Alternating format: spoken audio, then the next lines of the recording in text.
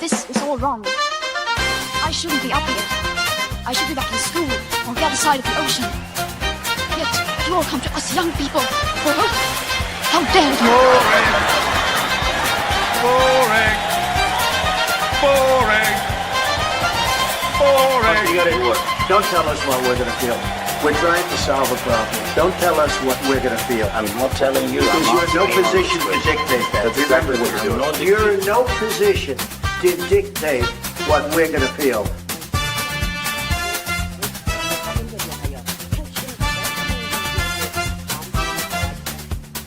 I call again for an immediate ceasefire in Gaza, the return of the sausages, the hostages. Hello, one and all, and welcome to Lembit Öpik Live here on Unprecedented TV, where we find the facts, kill the spin, and tell it like it is as best we can. Yes, we express our opinions, but we don't dress them up as facts. That's what makes such difference to much of the mainstream media. We don't want to beat the mainstream media. We want to be the mainstream media, and that's our mission for the year ahead. Well, thanks very much for also subscribing if you have done.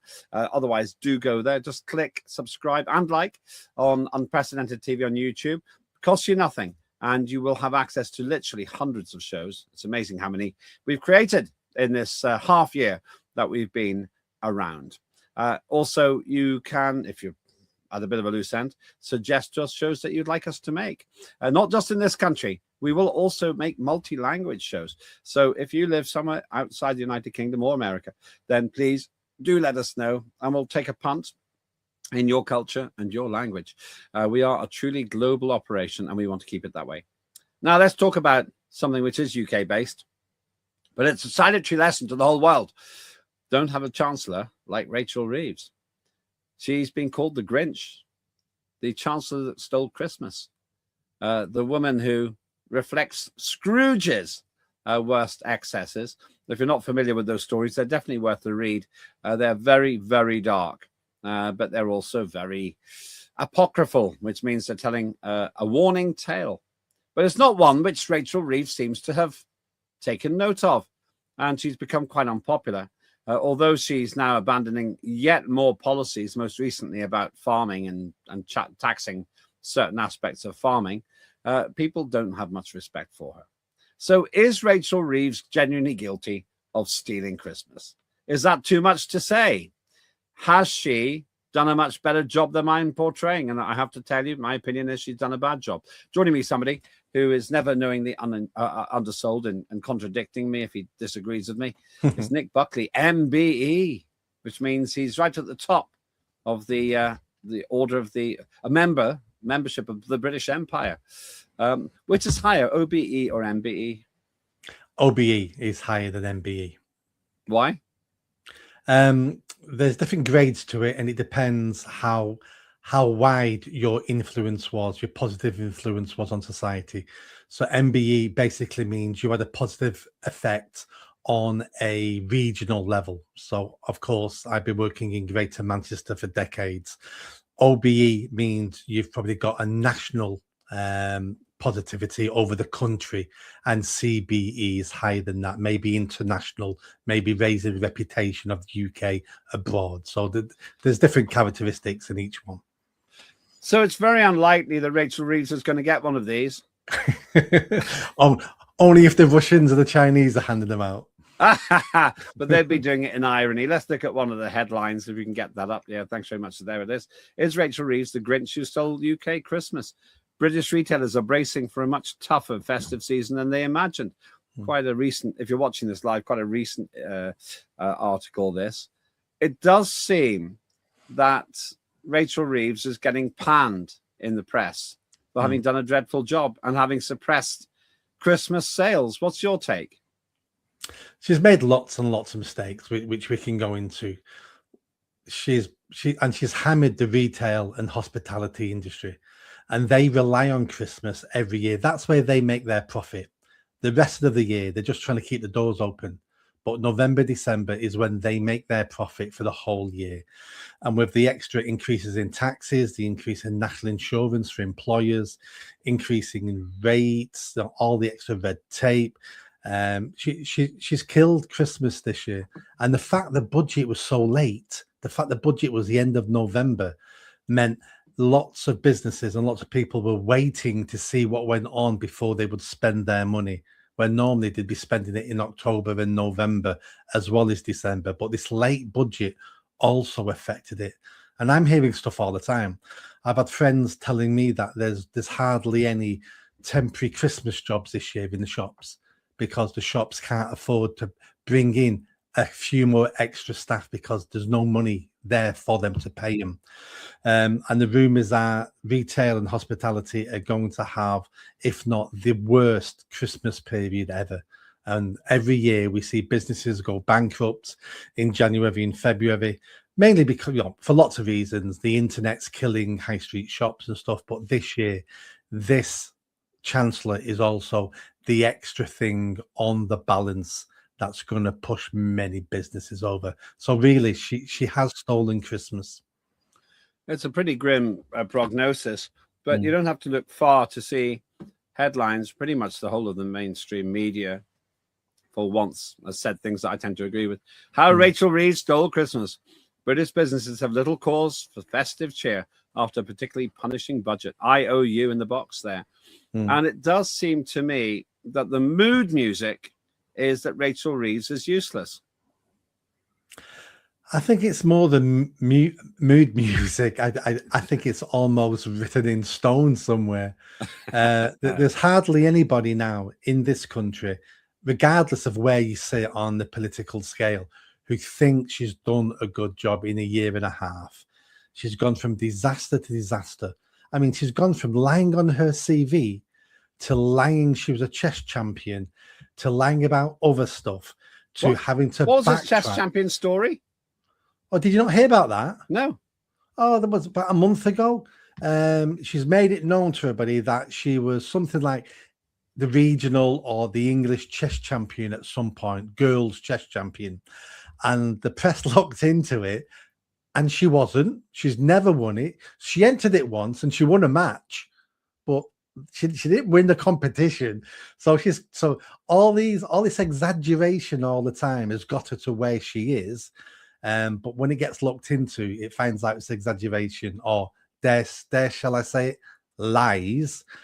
But even from her first budget last year, over a year ago now, that was a terrible budget for businesses. They've U-turned on so many policies.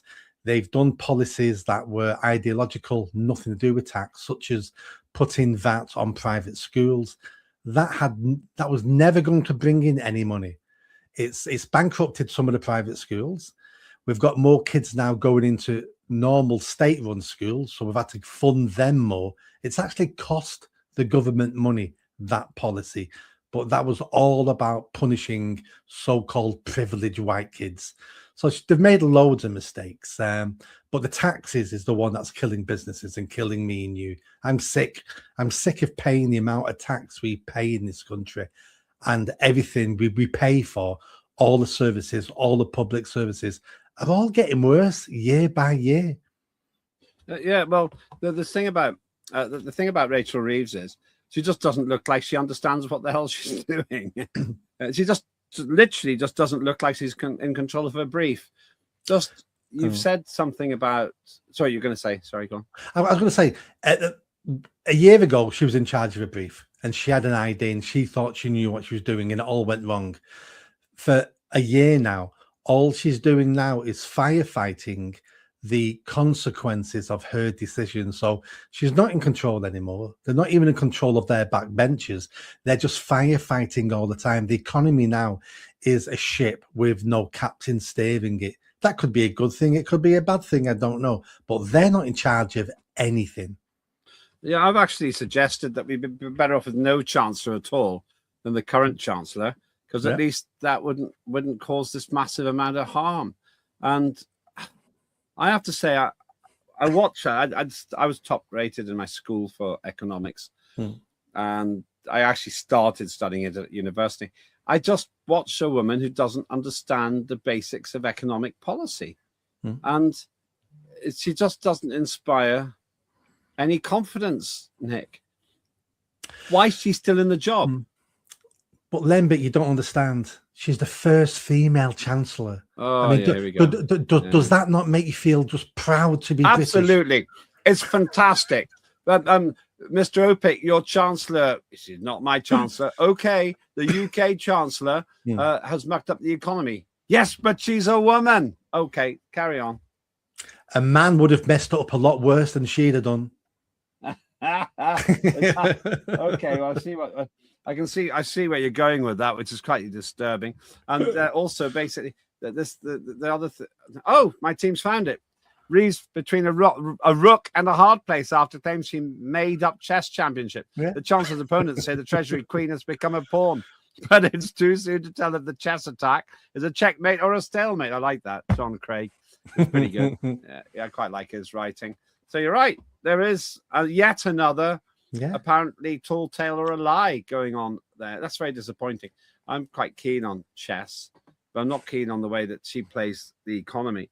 So you're saying that essentially you think that she has wrecked Christmas? Yeah, I mean, she's wrecked the economy, which wasn't in a strong place anyway. 14 years of Tory did a lot of damage to the economy. Of course it did. Let's never forget what the Tories did. But she's made it worse. She's made it worse by not understanding economics, by thinking socialism was the answer, by thinking if we tax these evil rich people more, I'll have more money and I'll be able to spend it on the deserving poor. And what happened was all the businesses stopped expanding and stopped, doing what they do to a certain extent. They didn't want to expand anything, spend any more money. They then moved some of their operations abroad. So that brought in less taxes. Rich people are leaving the country every day. The richer you are, the more likely you're to leave the country. Young people, the brains of this country now, are leaving to go to other countries to see if they can make success there. Everything she's doing has unintended consequences for her. We could have seen it coming, but I can't believe she's never read about the 1970s in this country, because she's making all the same mistakes that took place in the 1970s. I thought she was the greatest historian in the 1970s. Wasn't that on her CV? Yes. Wasn't also she the first woman to walk on the moon in a rocket she built herself? And yes, and she climbed Everest before Edmund Hillary did. Yeah. There's one person who doesn't seem to spot the problem. There he is. There's the man. Yeah. How can he be so gormless in his decision making, Keir Starmer? Yeah, I think he's not in control anymore now. He's lost control of his party. He's lost control of the narrative. He's lost control of policy. His front bench are all briefing against him. They're all hoping to replace him, and somebody will replace him in the next couple of months. I actually thought it might get to May before, get the elections over and done with, get a bad result, get rid of him May, June. No, he'll be gone well before May. Everybody's scrambling now for his job. He's a dead duck. It looks like he's swimming because he's floating on top, but there's no movement. He's just bobbing up and down with the waves. Yeah, you say that, but there's a problem that one of his main contenders, there he is, your old mate, Andy Burnham there, Mayor of Manchester. It's so bad that he'd have to stand. He's not a member of Parliament at the moment. If he wants to challenge Keir Starmer, he has to become a member of Parliament again. Yeah. But it's no guarantee he could even win a seat. Well, the rumours are rife in Greater Manchester at the moment. The rumours, as of today, is Andy Burnham will be if you're watching this live, that is. Which is around Christmas. Go on. Andy Burnham will be standing in a by-election from what I'm being told, in about 8 weeks' time. 8 to 10 weeks' time. He's got a seat set up, and it's going to be Andrew Gwyn's seat in Ashton-under-Lyne. Andrew Gwyn is a Labour MP who's I think he's had the whip removed, because he was the one saying it's good we've moved the winter fuel allowance off pensioners because that'll kill loads of them, and I'm sick of dealing with pensioners. So he said that in a WhatsApp group. So what I'm being told is the deal's been done. He's going to resign on health grounds. Andy Burnham is going to stand in his seat. So that guy could actually be back in Parliament, in which case it's perfectly obvious he's only going there to challenge Keir Starmer's leadership. Yeah. So 18 months ago, Andy Burnham would have won that seat in a by-election blindfolded without doing any work.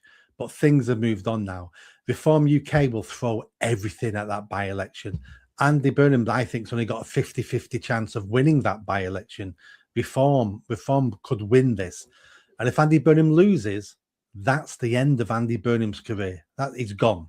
That'll be the end of him. But yeah, Nigel Farage has done a pretty impressive job. We could have a conversation another day about how he's done that. But there's no doubt that he's been coasting in with result after result. He's by far at the top of the polls. I mean, so whatever he's doing it right at this moment in time. He's top of the polls. So I would put a Reform candidate against Andy Burnham. I'd put it 50-50 who wins that. But if Andy Burnham was anybody else, I would say Reform are definitely going to win it. It's only because Andy Burnham has great PR and has a good reputation in Greater Manchester, believe it or not. He actually does. But if Andy Burnham can pull it off, and if Andy Burnham gets to Parliament, I would bet my house Andy Burnham becomes the next Prime Minister within a few months. Yeah, I have to say, I quite like Andy. I always got on well with him. There's no doubt the Labour Party would do better. It might not win the next election, but it'd do better, do less badly under Burnham. Oh, yeah, Andy Burnham is a good communicator. He speaks well. He comes across as human.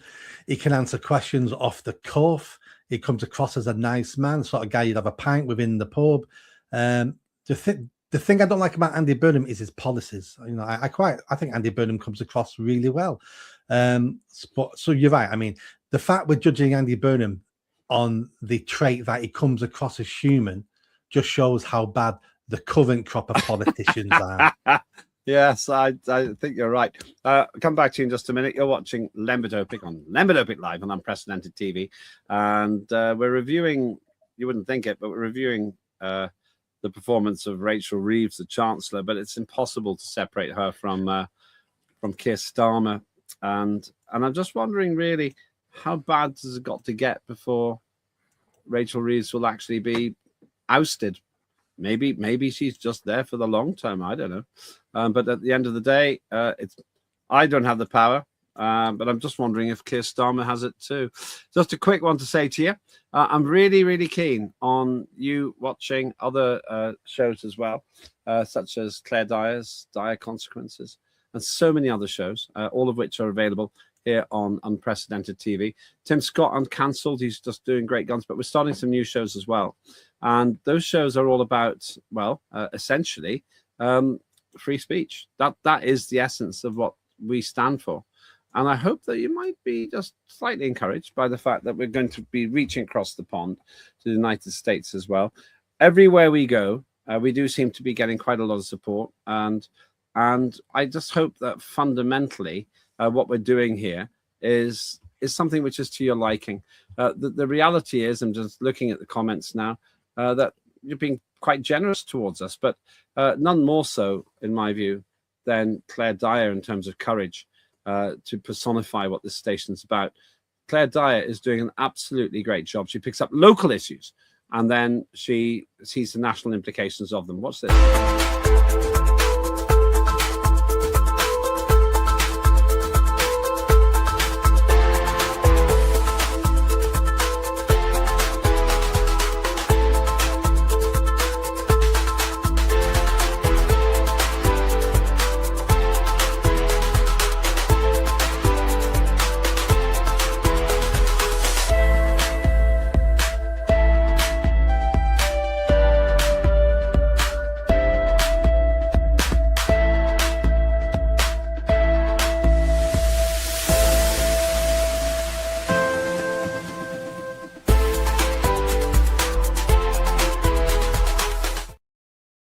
That is Claire Dyer Consequences. Pretty hard watching sometimes her shows because she raises things that nobody else does, but that's what we're here to do. We're here to actually tell it like it is. And we've actually done a Christmas message, Nick Buckley MBE, which will be out. Maybe it's out already by the time you're watching this. Depends if you're watching it live or not. But one Christmas message I'd like to get from Chancellor Rachel Reeves is, I'm terribly sorry for stealing Christmas. But we're not going to get that, are we? No, we're not, because it's not her fault. She's already explained why it's not her fault. It's the miners' fault from the 80s. It's COVID. It's Brexit. Do you remember when she came out with that list of things why the economy is failing? And she went back to the climate early 80s. Change. That's another one. Change. Yep. It's not her fault. It's just crazy. How Rachel Reeves stole Christmas. Excellent. Yeah, it's really good. I mean, it's sad. It looks sadly very much like her, actually. And she's always blaming other people, isn't she? She literally is. She just goes on and on and on. Climate change, Donald Trump, tariffs, Russia, the Ukraine problem, China. I mean, it's just when you listen to her, the Grinch doesn't really moan very much in the film. She actually moans more than the Grinch. If you made a film of all her excuses and complaints about other people, it would be longer than the film The Grinch. It would be, but it's even worse than that, because the reason why she's making all these excuses and moaning, and she's spending all her time and energy invested in excuses and moaning, means she's doing no self-reflection. She's not sat there going, right, I may have made a mistake here. How can I correct it? What can I do differently? Why is this going wrong? She goes straight to, not my fault. It must be this is the fault, which means she's never correcting her course because she thinks she's on the right course, but but evil forces are affecting the outcomes of what she thinks should be happening. It's ridiculous. There was a pretty chaotic situation in Parliament quite recently, and it was all around Rachel Reeves, really. Rachel Reeves is so bad, she's making Kemi Badenoch look a lot better. Yes. The head of the OBR was forced out for telling the truth that the Chancellor did not need to raise taxes on working people. We also know that the Chancellor was briefing the media, twisting the facts, also she could break her promises and raise taxes. Mr. Speaker, if she was a CEO, she would have been fired, and she might even have been prosecuted for market abuse. That's why we've written to the Financial Conduct Authority. So will the Prime Minister ensure the Chancellor fully cooperates with any investigation? Now, before we hear the Prime Minister's lame duck response, my opinion, Kemi Badenoch's basically right. If Chancellor Rachel Reeves was the chief executive officer of a private company, she'd have been fired by now, wouldn't she? Yeah, oh, absolutely, absolutely. And what Labour need to realise is they're that bad, and they're getting so much worse. They're now making their opposition party. They're making Kemi Badenoch, who I've wanted to be sacked since she started in position as the leader of the Tories. They're making her look really good now. She's finding her feet because she knows they never come out with any good responses. The Labour now are damaging themselves because they're making the Tories look good. Let's have a look at Keir Starmer's response, which I think, in my opinion, was absolutely pathetic. She's completely losing the plot. She clearly didn't read. May I pay tribute to Richard Hughes and his leadership of the OBR? He made very clear why he stepped down, and I've made very clear my support of the OBR. Mr. Speaker, the Prime Minister talks about losing the plot. Let me read to him what his own cabinet members are saying, and I quote, "The handling of this budget has been a disaster from start to finish."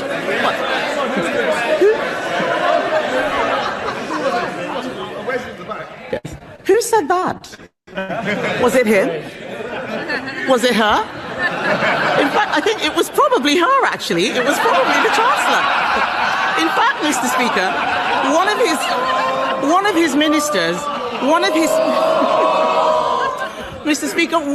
his ministers said the Chancellor and Prime Minister look weak and incompetent. The country agrees. We know that there were endless Treasury briefings to justify raising taxes on hard-working people to pay for benefits. And those briefings had real-world consequences. Hundreds of thousands of people drew down their pension, an irreversible act. So the Prime Minister pays tribute to the head of the OBR. If the head of the OBR had to resign over market-sensitive leaks, why is the Chancellor still in her job? Good point, I think. And I have to say, Kerry Badenoch looked pretty confident there. I thought she did a good job. That's some time ago now, but she's actually finding her feet. Why? Because there's this massive open goal with a goalkeeper who can't stop the penalties going in. Absolutely. Kemi is loving that now because she knows she's got nothing to lose. She knows she can have a bad day and still look 10 times better than the people sat on the benches opposite her. If just watching that clip, if I'd have been the Prime Minister answering that question, I'd have said to Kemi, the right honourable lady opposite, I'm glad you're smiling. I'm glad you find this funny. But we're trying to fix 14 years of Tories ruining the economy. That's why we're in a problem. And I admit the economy is not going well at the moment, but that is the consequences of 14 years of Tories. And the fact you can stand there smiling and laughing about it means you've learnt nothing from your 14 years in charge. That should have been his answer. He should have turned it into an attack on her and her smiling and her being glib. But they don't have the agility. No, they Keir don't. Starmer's not intelligent enough to do that. I'm amazed that he's ever head of the Crown Prosecution Service, a job he held without noticing that one of Britain's most prolific child abusers ever, Jimmy Savile, was running riot. I mean, the man is just a disaster area. And one thing I've learned in industry, and I spent a long time in large corporations, is that a bad manager very rarely promotes anyone better than himself. Yeah, and he's always been, to me, a classic middle manager. I don't know who's telling him what to do, but someone is telling him what to do, because he's not a leader. He's not a party leader. He can't think on his feet. He doesn't seem to have any ideas. He's the perfect council middle manager that I used to work with. Yeah, it's a really difficult situation. But back to the really difficult situation for us because they're so bad. Back to Christmas. Christmas is unaffordable this year. Hard-pressed families say, and it's all the fault of that prime Grinch, Rachel Reeves. Are you worried about affording Christmas after the budget? Email Adam. I can't read it properly. Maybe they'll get rid of the ticker there. Oh, there we are. Yep. Email adam.pogrund@dailymail.co.uk. Now, you could say the Daily Mail is no friend of Labour. Yeah. But a lot of people I'm speaking to are saying the same thing. They're actually saying, yeah, it's awful. It's terrible. And that's what worries me. We're in a situation where the whole thing is collapsing. And Rachel Reeves, as you said before, hasn't got the ability to stop it. She's just a passenger, isn't she? Yeah, that's all she is. She's witnessing a car crash and she still doesn't realise she's at the wheel. Yeah, that's exactly properly put. Yeah.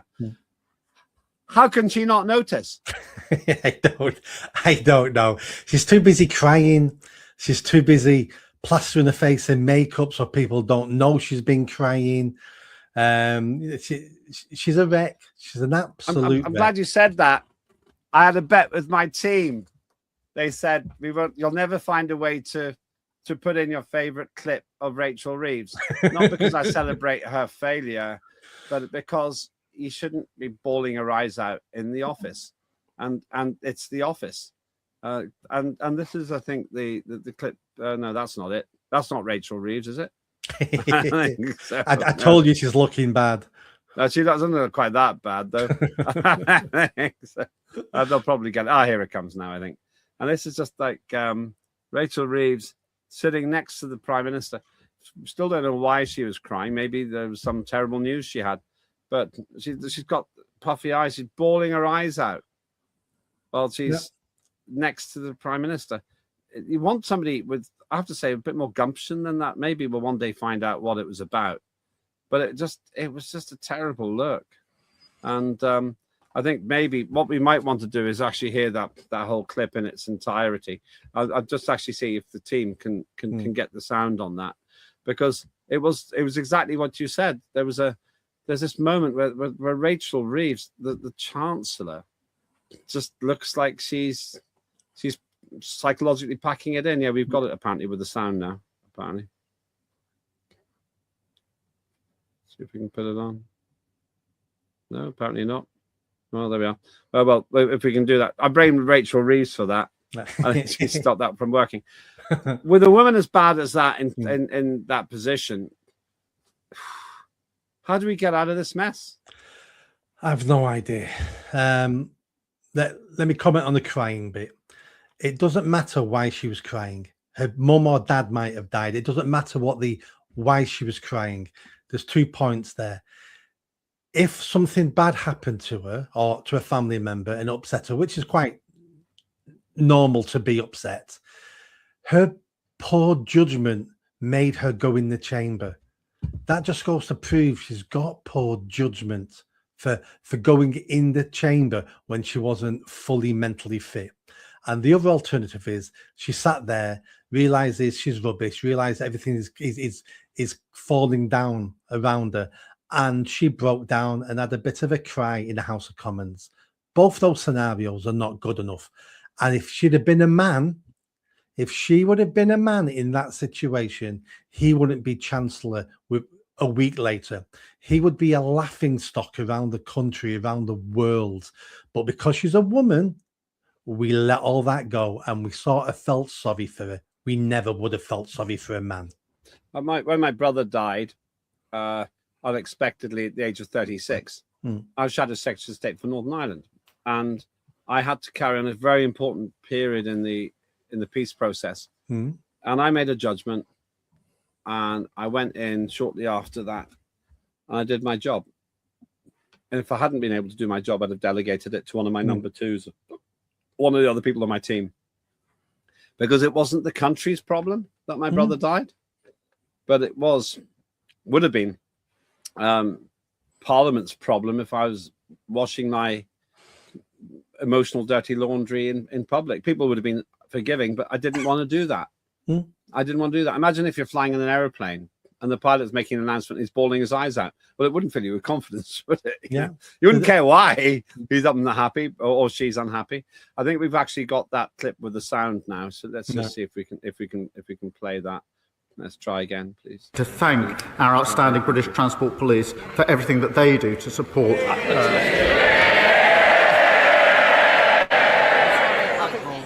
She looks, Mr. Speaker, she's pointing at me. She looks absolutely miserable. Labour MPs, yeah, she looks absolutely miserable. Labour MPs, they can point as much as they like. The fact is, Labour MPs are going on the record saying that the Chancellor is toast, and the reality is that she is a human shield for his incompetence. In January, he said that she would be in post till the next election. Will she really? Yeah, there it is. It's just unedifying. It weakens your credibility. There's a word we've not used, and the word is professionalism. Is that too much to ask these days for people to be professional? Crying in a work environment, crying when you're under pressure at work, for a man or a woman is unprofessional. Yeah, you're right. And actually, it's quite a simple point. And running the country is like flying a plane. You want to give your passengers confidence. And there's nothing she's really done to give that confidence. And of course, now she's also washing off badly on Starmer. There we are. I mean, she actually looks quite fetching there. She looks like serious, and you think that's a woman I'd quite like to have as a chancellor, but obviously it's just mocking her. And I think there's another one which we might be able to put up, which is back to the Grinch motif there, and that's really mocking her. It's so easy to do. She just lacks credibility. How does this end then? You think back to what your prediction was? You think that she'll be gone by before May? You think? I think both of them will be gone by March, sometime probably in March. Reeves and Starmer are joined at the hip. They're Siamese twins. You can't get rid of one without getting rid of the other. If one goes, they both go. They're joined together, regardless who goes first. If Rachel Reeves goes, Starmer will fall within weeks. And if Starmer goes, the new leader, the first thing he or she does is get rid of Rachel Reeves. So they're both toast. They've got to Christmas. January, when they get back to Parliament in January, all the front bench are making manoeuvres now. So January will come, they'll start looking at stabbing people in the back. February will turn up, nothing's going on in February, and that's probably when the decision will be made that the following month, both of them are gone, because at the moment, we're all going to lose our seats. And I'm on £96,000 a year minimum as an MP. If I'm a minister, I'm on a lot more, plus expenses. I want to keep this job. It's the best job I've ever had. Therefore, them two have to go. Let's get Andy Burnham in. Let's get Angela Rayner in. Let's get someone in who may be able to help me keep my seat. I know we're not going to be in government again, but if I can keep my seat, that's all I care about. Yeah. And that's what every MP on that side of the chamber is saying. Let's finish with a bit of levity, literally there. This is a very familiar Christmas scene. Yep. A lot's wrong with it as far as Labour is concerned. First of all, pay per mile. Think how much Santa will have to pay if he's visiting every child who's nice. That's a fortune.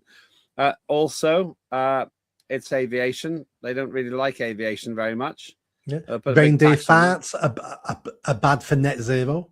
Oh, well, if you're going down that path, that's also cruelty to animals. They want to stop trail hunting. So they'll have to get rid of the reindeer. And of course, the man in that picture is a stereotype. Yeah. There's no diversity going on there at all. He's not paying attention to the road. AI will pick that up. Yeah. He's going to be done. Santa there is old, male, and stale. He's going to be taxed out of existence, though.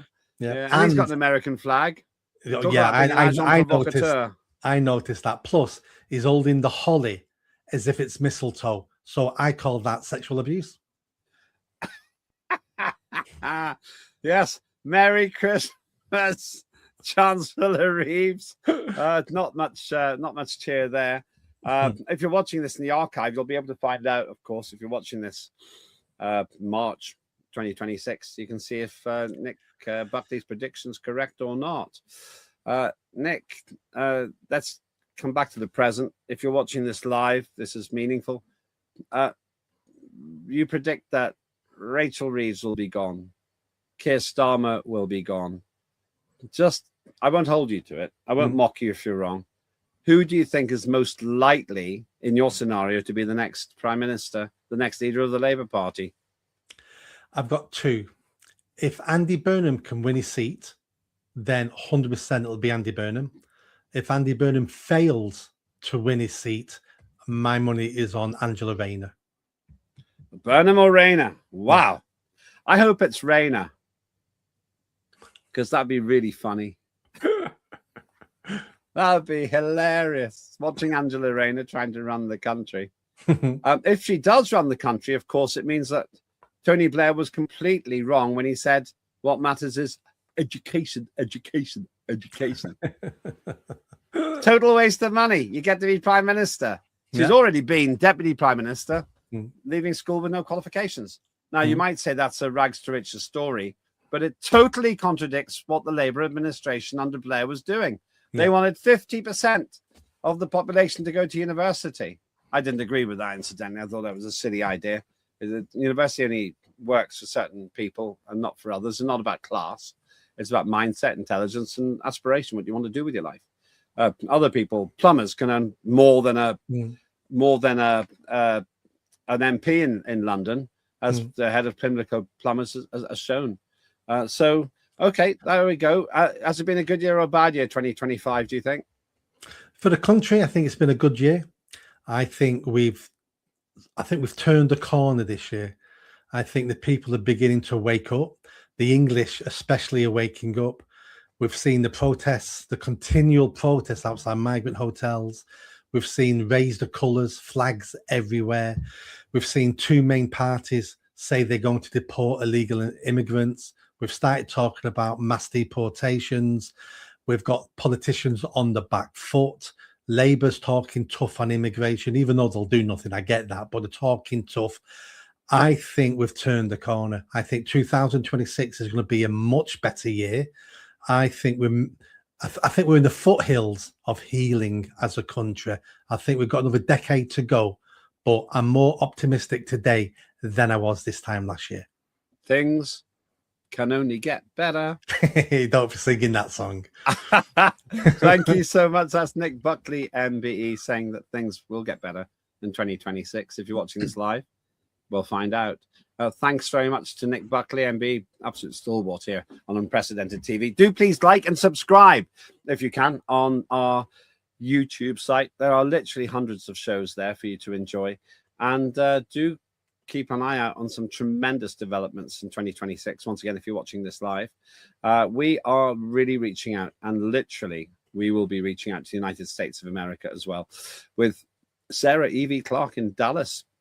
And of course, we got Warren Thornton in Manila. We are with a global reach, and I like to think we are unique. I don't think anyone's done what Unprecedented TV has done. Cobra Free Speech, where we don't censor opinions, but hopefully we set fire to freedom of views. Have a good day, whatever you're doing. Thanks very much for watching. And please, once again, remember to subscribe to our YouTube channel. Have a good day.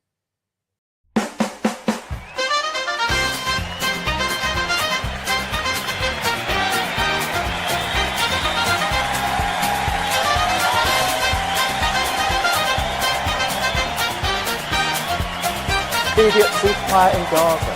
The return of the sausages.